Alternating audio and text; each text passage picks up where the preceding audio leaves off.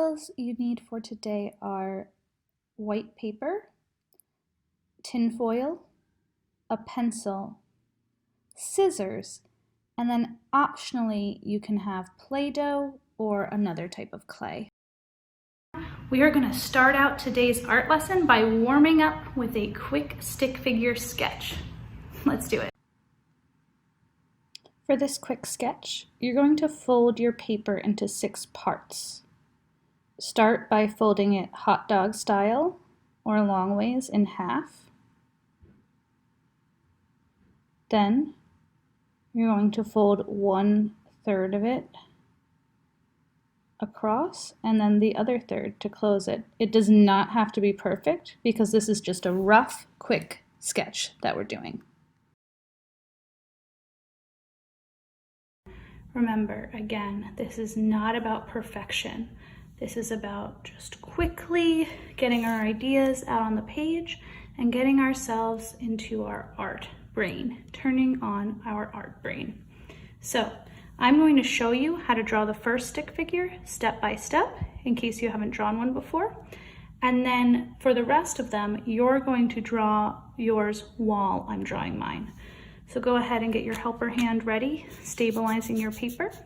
Get your pencil in your writing hand. I'm using a marker so that you guys can see. And let's go. So for your first stick figure, you can draw a circle for the head. Draw a long line down. Now this is a little tricky. Draw a flat line that goes through the long line, that's the body. And then even a little trickier, but I know you can do it, draw 2 diagonal lines for the legs. And there you go. There's your first stick figure. Now, we can use stick figures, just a few simple lines, to represent movement. So in your next rectangle, I want you to try to draw a stick figure who is running. Okay, think about how your elbows and your knees bend when you're in motion. And go ahead, while I'm drawing mine, try your very best to draw a stick figure who's running.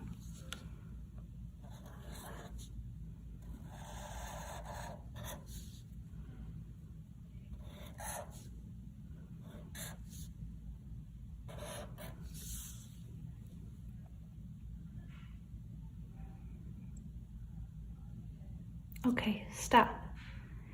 It's perfectly okay if you're not finished. We're only going to take a few seconds on each one. Just try your best.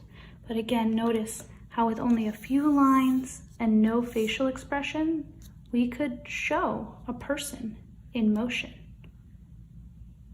All right, for your next one, I want you to try to draw a stick figure who's sad. Now remember, we're not drawing faces. So no frown, no eyes.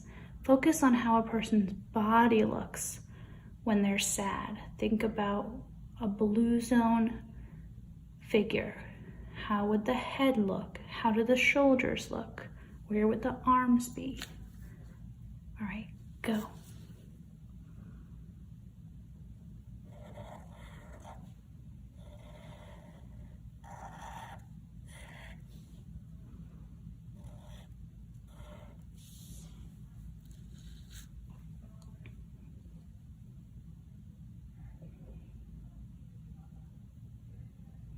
Great.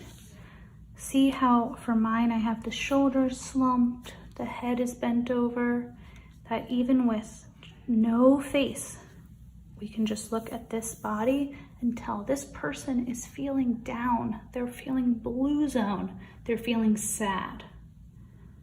Right. Now in your next square, across from your blue zone person, draw someone who's coming to comfort the person who's sad, because we don't want to leave them there all sad and alone. Draw someone who's going to comfort the person who's sad. Again, no words, no facial expressions.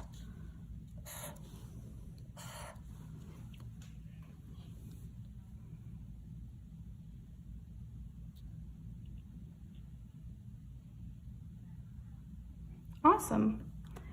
So I drew mine kind of walking and reaching out for the person who's sad because I wanted to show that they are going to give them a hug.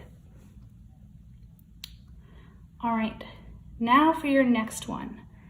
In your next rectangle or any open rectangle, draw someone who is happy. Now again, no faces, so you can't draw a smile or write any words. Just draw someone whose body looks happy.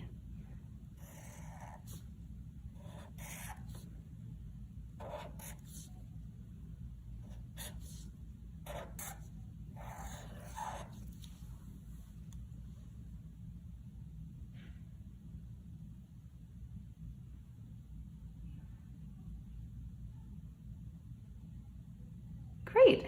I drew mine jumping for joy, and I can't wait to see how you drew yours. Now for your final one, take a few seconds in your last rectangle to draw a stick figure doing anything that you want. Go ahead.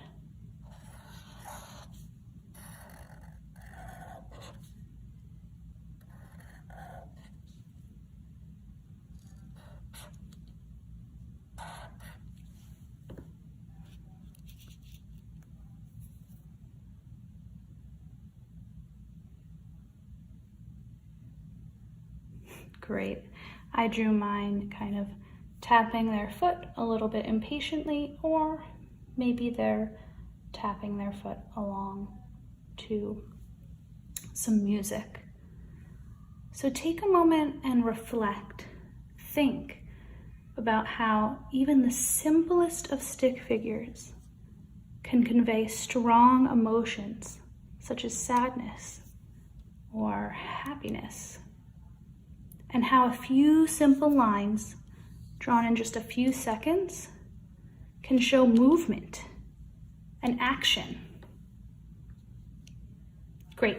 So hopefully now you feel warmed up, your brain has switched off from anything else you were thinking or worrying about, and you're ready for some creativity. Let's go ahead and meet Alberto Giacometti.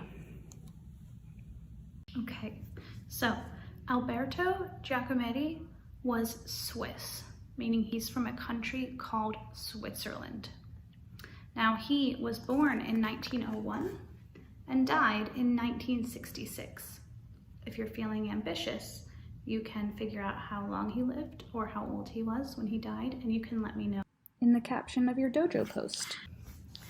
So Alberto learned about and practiced many different forms of art, starting when he was a little kid all the way up until he died. But he's most famous for his tall, thin sculptures or figures made out of bronze, which is a type of metal.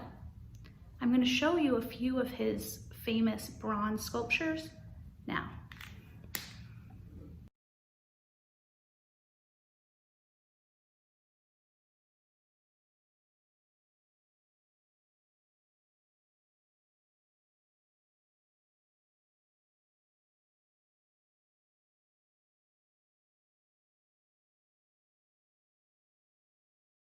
Did you notice how textured those figures were? How bumpy and in some parts also smooth, how you could see the different grooves in the metal? So I want you to think about the thin, long arms and legs of the people and how they contrast with the tough, strong metal that they're made of. What words would you use to describe the people?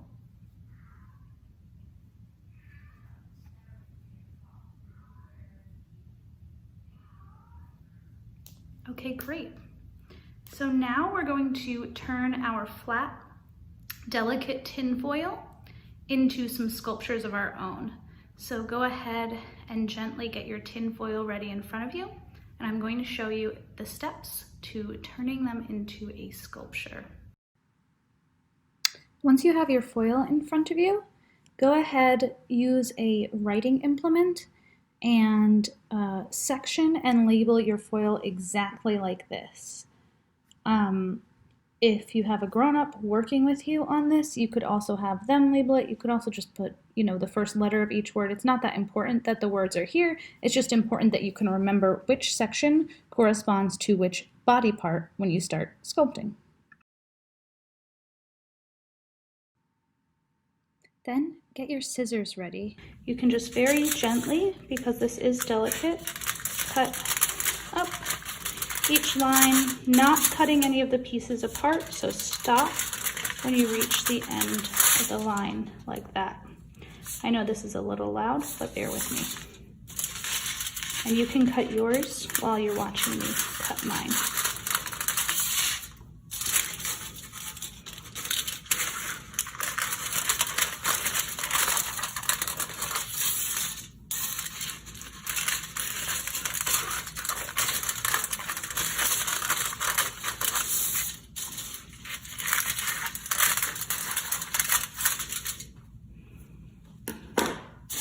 Great.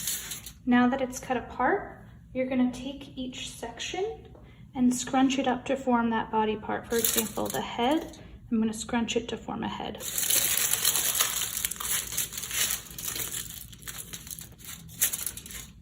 Arm, I'm going to scrunch it all up with my fingers, nice pinching motions to form an arm.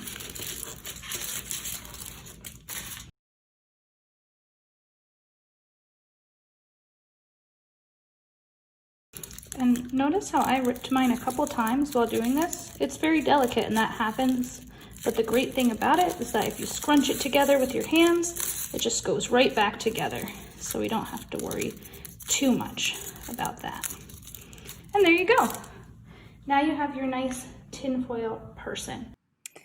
Now that you have your person, it's your time to pose them like the bronze statues that Alberto Giacometti made. And you can, of course, make multiple statues. That's always fun, or sculptures. You can pose them in fun ways to create a scene. You can make a whole bunch of them to coordinate or illustrate a scene, and even make fun characters like your pets or various fantasy characters. I also would recommend using your quick sketch from the beginning as a guide to how you can pose them.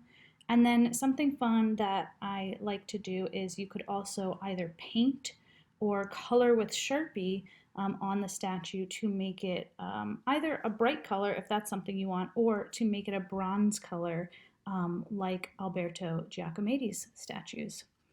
But whatever you choose to do with your foil, whether you make just one sculpture or a whole bunch, whether you make something serious or something very silly, I can't wait to see your creations on your Class Dojo portfolio. And then I will leave you with a final extension. So I find it fun as an extension to this project to then have fun sculpting, trying to replicate Giacometti's bronze sculptures using model magic or Play-Doh or some other kind of clay, which is much more challenging than doing it with tinfoil. So of course, post and let me know if you end up trying that as well. All right, Epic? Have an amazing time with this. I can't wait to see what you come up with.